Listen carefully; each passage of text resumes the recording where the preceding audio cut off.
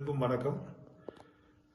நான் Thiru Prince Calvin, Kovai CSI Immanuel ஆலயத்திலே போதகராக இருக்கின்றேன். கடந்த 16/6/2024 ஞாயிற்றுக்கிழமை 9 மணிக்கு நடைபெற்ற வழிபாட்டிலே நான் அருளுரையாற்றினேன்.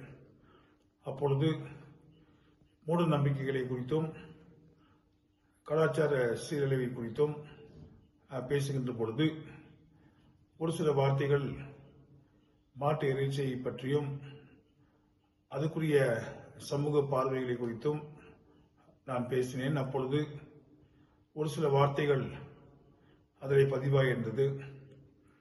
அந்த வார்த்தைகள் இந்து சகோதரர்களுக்கு அதிகமான வருத்தத்தையும் அவர்களுக்கு அதிகமான காயத்தையும் கொடுத்து